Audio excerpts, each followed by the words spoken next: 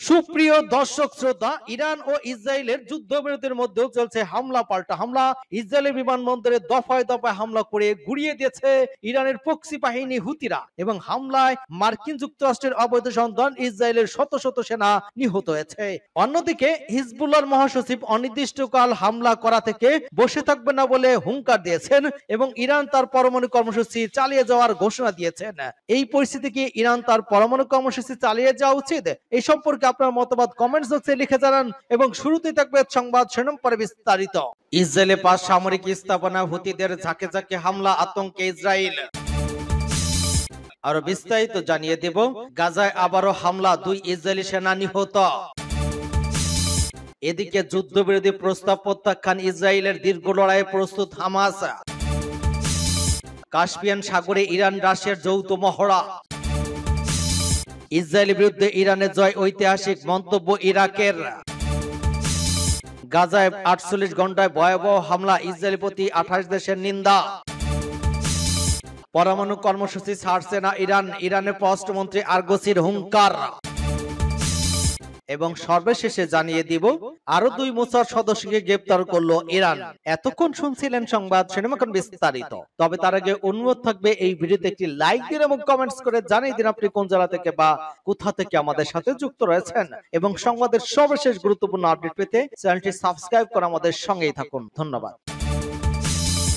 ইসরায়েলের 5 সামরিক স্থাপনায় হুতিদের হামলা, আতঙ্কে ইসরায়েল। ইয়েমেনে হুতি বিদ্রোহীদের মুখপত্র ইসরায়েলের 5টি সামরিক এবং গুরুত্বপূর্ণ লক্ষ্যবস্তুতে ড্রোন হামলা চালানোর দাবি করেছেন। হুতির মুখপত্র ইয়াইসারি সোমবার এক বিবৃতিতে জানান, তাদের ড্রোন বাহিনী একটি বিশেষ সামরিক অভিযান পরিচালনা করেছে এবং ইসরায়েলের 5টি সামরিক গুরুত্বপূর্ণ লক্ষ্যবস্তুতে হামলা চালিয়েছে। সারি বলেন, অভিযানে বেন গুরিয়ান বিমানবন্দর, অধিকৃত জাফায় আরেকটি সামরিক লক্ষ্যবস্তু, ইলাদ বন্দর, রামন বিমানবন্দর এবং আশদোদ অঞ্চলে একটি গুরুত্বপূর্ণ লক্ষ্যবস্তু লক্ষ্য করা হয়েছে। তিনি আরো বলেন, অভিযানটি 5টি ড্রোন দিয়ে পরিচালিত হয়েছিল। আরো বলেন, অভিযানটি সফলভাবে তার লক্ষ্যবস্তুতে আঘাত করেছে। ইয়েমেনি সশস্ত্র বাহিনী মুখপাত্র আরো জোর দিয়ে বলেন, ওই অভিযানটি নিপীড়িত ফিলিস্তিনের জনগণকে সাহায্য করার জন্য এবং গাজায় গণহত্যার অপরাধ এবং হুদাইদা বন্দরের সাম্প্রতিক হামলার প্রতিক্রিয়া পরিচালিত হয়েছিল। আগ্রাসন মোকাবেলা এবং প্রতিরোধে কয়েক মাসে ইয়েমেনের সাফল্যের কথা উল্লেখ করে সারি বলেছেন, ইয়েমেনের আসন্ন পর্যায়ে যে কোনো সত্যতামূলক পদক্ষেপের মুখোমুখি হতে প্রস্তুত। সারি নিপীড়িত ফিলিস্তিন জনগণের প্রতি সমর্থন অব্যাহত রাখার ঘোষণা দিয়ে বলেন, গাজায় আক্রমণ বন্ধ না হওয়া এবং অবরোধ প্রত্যাহার না হওয়া পর্যন্ত ইয়েমেনি অভিযান অব্যাহত থাকবে। সূত্র মেহের নিউজ। গাজায় আরো 2 ইসরায়েলি সেনা নিহত। ফিলিস্তিনে অবরুদ্ধ গাজায় পৃথক পৃথক বিস্ফোরণে 2 ইসরায়েলি সেনা নিহত হয়েছে। এ নিয়ে গাজায় নিহত ইসরায়েলি সেনা সংখ্যা দাঁড়ালো 896 জনে। এছাড়া ওই 2 ঘটনায় আরো অন্তত 4 সেনা আহত হয়েছে, খবর Anadolu agency of Times of ইসরায়েলের। ইসরায়েলি সেনাবাহিনীর একজন মুখপাত্রের মতে, দক্ষিণ গাজায় যুদ্ধের সময় 13তম ব্যাটালিয়নের স্টাফ সার্জেন্ট অমিত কোহেন মারা যান। ইসরায়েলি বাহিনীর এক তদন্তের বরাতে টাইমস অফ ইসরায়েলের প্রতিবেদনে বলা হয়েছে, খান ইউনিসের একটি ভবনের ভিতরে গোলাবারুদের বিস্ফোরণে কোহেন নিহত হন। ওই ঘটনায় অপর 2 সেনা আহত হন। ইসরায়েলি সেনাবাহিনী পৃথক এক বিবৃতিতে জানিয়েছে, গত সোমবার দক্ষিণ গাজার রাফা এলাকায় লড়াইয়ের সময় একজন আইডিএফ রিফিউজি সেনা নিহত হয়েছেন। নিহত সেনার নাম সার্জেন্ট মেজর ভ্লাদিমির লোজা। 36 বছর বয়সী ওই সেনা কর্মকর্তা 5ম ব্রিগেডের 70-20তম ব্যাটালিয়নের অংশ ছিলেন, এবং ওই ঘটনায় আরো 2 সেনা আহত হন। আইডিএফ এর প্রাথমিক তদন্ত অনুসারে রাফা এলাকায় অভিযানের সময় এক বিস্ফোরণে একটি ভবন ধসে পড়ে। সেই ভবনের নিচে পড়ে নিহত হন লোজা। ইসরায়েলি সামরিক বাহিনীর সন্দেহ বিস্ফোরণটি পেতে রাখা বিস্ফোরক ডিভাইসের কারণে ঘটেছে। গাজা সংঘাতে ইসরায়েলে বহু সেনা হত হয়েছে, যার নজিরবিহীন। ইসরায়েলি সরকারের তথ্যমতে 2023 সালের 7 অক্টোবর সংঘাতে শুরু হওয়ার পর এখন পর্যন্ত 896 জন সেনা নিহত হয়েছেন। আহত হয়েছে আরো 6109 জন। অন্যদিকে 2023 সালের অক্টোবর থেকে গাজা উপত্যকায় 59,000-এর বেশি ফিলিস্তিনি হত্যা করেছে ইসরায়েল, যাদের বেশিরভাগই নারী এবং শিশু। সামরিক অভিযানের ফলে গাজা ছিটমহলটি ধ্বংস হয়ে গেছে, স্বাস্থ্য ব্যবস্থা ভেঙে পড়েছে এবং তীব্র খাদ্য সংকট দেখা দিয়েছে। যুদ্ধবিরতির প্রস্তাব প্রত্যাখ্যান, ইসরায়েলের দীর্ঘ লড়াইয়ের জন্য প্রস্তুত হামাস। ফিলিস্তিনের স্বাধীনতাকামী গোষ্ঠী হামাস জানিয়েছে গাজায় আটক সব জিম্মিকে মুক্তি দিতে একটি যুদ্ধবিরতির প্রস্তাব প্রত্যাখ্যান করেছে নেতানিয়াহু প্রশাসন। আল জাজিরার প্রতিবেদনে বলা হয়, গোষ্ঠীটির সামরিক শাখা কাসেম ব্রিগেডের মুখপাত্র আবু ওবায়দা ভিডিও বার্তা বলেছেন, গাজায় আটক সব বন্দীদের মুক্তি দেওয়ার জন্য একটি যুদ্ধবিরতি চুক্তি প্রত্যাখ্যান করেছে ইসরায়েল। ওই চুক্তি না হলে হামাস দীর্ঘ লড়াইয়ের জন্য প্রস্তুত বলে জানান তিনি। প্রতিবেদনে বলা হয়, গাজায় বর্বরতার মধ্যেই কাতার এবং মিশরের মধ্যস্থতা চলছে গাজার যুদ্ধ নিয়ে 19 দিনের আলোচনায় 60 দিনের যুদ্ধবিরতি এবং বন্দী মুক্তির প্রস্তাব থাকলে বিতর্ক চলছে সেনা প্রত্যাহারের নকশা, ত্রাণ প্রবেশ এবং যুদ্ধ বিষয়ের নিশ্চয়তা নেই। এরই মধ্যে হামাসের মুখপাত্র শুক্রবার টেলিভিশনে এক বিবৃতিতে জানান, সব বন্দীর মুক্তির বিনিময়ে যুদ্ধবিরতি সম্মত হয়নি ইসরায়েল। হামাসের দাবি, তারা বারবার গাজা বন্দী ভূমিকে মুক্তি দেওয়ার এবং একটি স্থায়ী যুদ্ধবিরতি চুক্তি করার প্রস্তাব দিলেও ইসরায়েল তা প্রত্যাখ্যান করেছে। এই অবস্থায় দুপক্ষ সকল শর্ত মেনে যুদ্ধবিরতি রাজি না হলে কোনো ধরনের অন্তর্বর্তী যুদ্ধবিরতি রাজি না হওয়ার ঘোষণা দিয়েছেন তিনি। আবু উবায়দা বলেন, আমরা বারবার সাম্প্রতিক চুক্তিতে সমস্ত বন্দীদের একেবারে মুক্তি দেওয়ার জন্য একটি চুক্তির প্রস্তাব দিয়েছে, কিন্তু যুদ্ধবিরতি নেতানিয়াহু এবং তার ইহুদিবাদী মন্ত্রীরা ওই প্রস্তাব প্রত্যাখ্যান করেছেন। আমাদের বুঝিয়েছেন যে তারা ওই বন্দীদের জন্য উদ্বিগ্ন, কারণ তারা ইসরায়েলি সৈনিক, তাদের জীবন বাঁচানোর বাধ্যতামূলক নয়। কাস্পিয়ান সাগরে ইরান রাশিয়ার যৌথ মহড়া। কাস্পিয়ান সাগরে যৌথ অনুসন্ধান এবং উদ্ধার মহড়া শুরু করেছে রাশিয়া এবং ইরান। একই সাথে নিরাপত্তা এবং সুরক্ষিত কাস্পিয়ান সাগরের জন্য ব্যানারে অনুষ্ঠিত 3 দিনের ওই মহড়া সোমবার থেকে শুরু হয়েছে।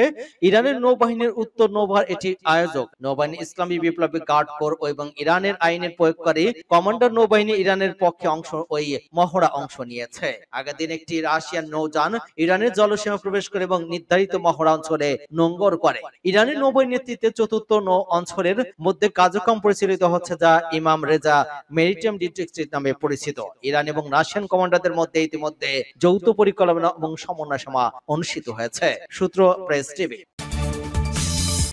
ইসরায়েলের বিরুদ্ধে ইরানের জয়, ঐতিহাসিক মন্তব্য ইরাকের পার্লামেন্ট স্পিকার মাহমুদ আল মাশহাদিনী বলেছেন, সাম্প্রতিক আরোপিত যুদ্ধে ইসরায়েলি দখলদার শাসন সরাসরি যুক্তরাষ্ট্র সহ অন্যান্য দেশের সমর্থন পেলেও ইসলামী প্রজাতন্ত্র ইরান তাদের বিরুদ্ধে বড় জয় অর্জন করেছে। সোমবার এক প্রতিবেদনে এই খবর জানিয়েছে মেহর নিউজ। পার্লামেন্টের জাতীয় নিরাপত্তা এবং পররাষ্ট্রনীতি কমিটির ইরানি প্রতিনিধি দলের সঙ্গে বৈঠকে মন্তব্য করেন আল মাশহাদানী। তিনি সাম্প্রতিক ইসরায়েল ইরান যুদ্ধে ইরানের বিজয়ে অভিনন্দন জানিয়ে বলেন, যুদ্ধে ইসরায়েলি দখলদাররা বোমা হামলার ভয়ে আশ্রয় কেন্দ্র লুকিয়ে থাকলেও ইরানের জনগণের স্বাভাবিক জীবনযাপন করেছে এবং বাড়ির ছাদে উঠে দাঁড়িয়ে ইসরায়েলি শাসনকে উপহাস করেছে।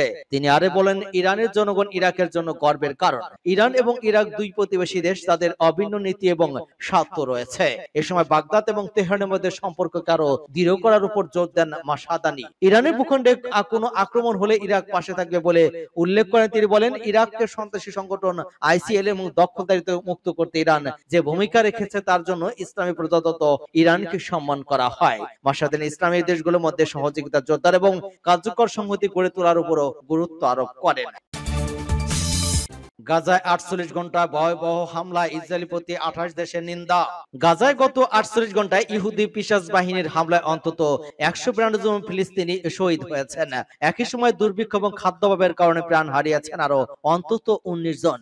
এদের বেশিরভাগই শিশু। তুরস্কের সংবাদ মাধ্যম টিআরটি ওয়ার্ল্ড এই তথ্য জানিয়েছে। গাজা স্বাস্থ্য মন্ত্রণালয় জানিয়েছে, নিহতের মধ্যে 113 জন বেসামরিক মানুষ। তারা মানবিক সহায়তার আশায় জড়ো হয়েছিলেন। একের পর এক বিমান হামলা এবং সরবরাহ বন্ধ থাকা ভয়াবহ মানবিক সংকটের মধ্যে ওই মৃত্যু ঘটেছে। রোববার একদিনে গাজা ইসরায়েলি বাহিনীর বিভিন্ন হামলায় নিহত হয়েছেন অন্তত 93 জন, আহত হয়েছেন শতাধিক। সবচেয়ে ভয়াবহ হামলাটি হয়েছে গাজা সিটির উত্তর পশ্চিমাঞ্চলের আল সুদানিয়া এলাকায়, যেখানে ত্রাণের অপেক্ষা থাকা ক্ষুধার্ত মানুষের ভিড়ে গুলি চালায় ইসরায়েলি সেনারা। প্রাণ হারান 73 জন। হাসপাতাল সূত্র বলেছে, আহত এবং নিহতের অনেকে গরুর গাড়ি এবং ঠেলা গাড়িতে করে হাসপাতালে আনতে হয়েছে, কারণ গাজার হাসপাতালে ইতিমধ্যে কার্যত ভেঙে পড়েছে। চিকিৎসা সেবা নেই, ওষুধ নেই পর্যাপ্ত সজ্জাও। শনিবারও একই ধরনের হামলায় মারা যান অন্তত 90 জন। এরই মধ্যে কেবল রাফা শহরে খাদ্য সংগ্রহে জড়ো হওয়া 36 জন বেসামরিক গুলি করে হত্যা করা হয় খান ইউনিসের তাহালিয়া রাউন্ড বাউটে। মানবিক সহায়তার জন্য অপেক্ষমান অবস্থায় আরো 4 জন নিহত হন। এদিকে অবিলম্বে গাজা যুদ্ধের অবসান চেয়েছে যুক্তরাজ্য সহ মোট 28টি দেশ। তারা বলেছে, সেখানে সাধারণ মানুষকে দুর্ভিক্ষ এবং নতুন করে ভয়াবহ পর্যায়ে পৌঁছেছে। যৌথ এক বিবৃতিতে ইসরায়েলের ত্রাণ সরবরাহ পদ্ধতিকে বিভাজন দুঃখজনক বলে উল্লেখ করা হয়েছে যে অসামঞ্জস্যপূর্ণ ত্রাণ বিতরণ এবং খাদ্য এবং পানি চাইতে আসা বেসামরিক নাগরিকদের অবমানবিকভাবে হত্যার নিন্দা জানানো হয়েছে। পরমাণু কর্মসূচি ছাড়বে না ইরান, ইরানের পররাষ্ট্রমন্ত্রী আরগোসির হুঙ্কার।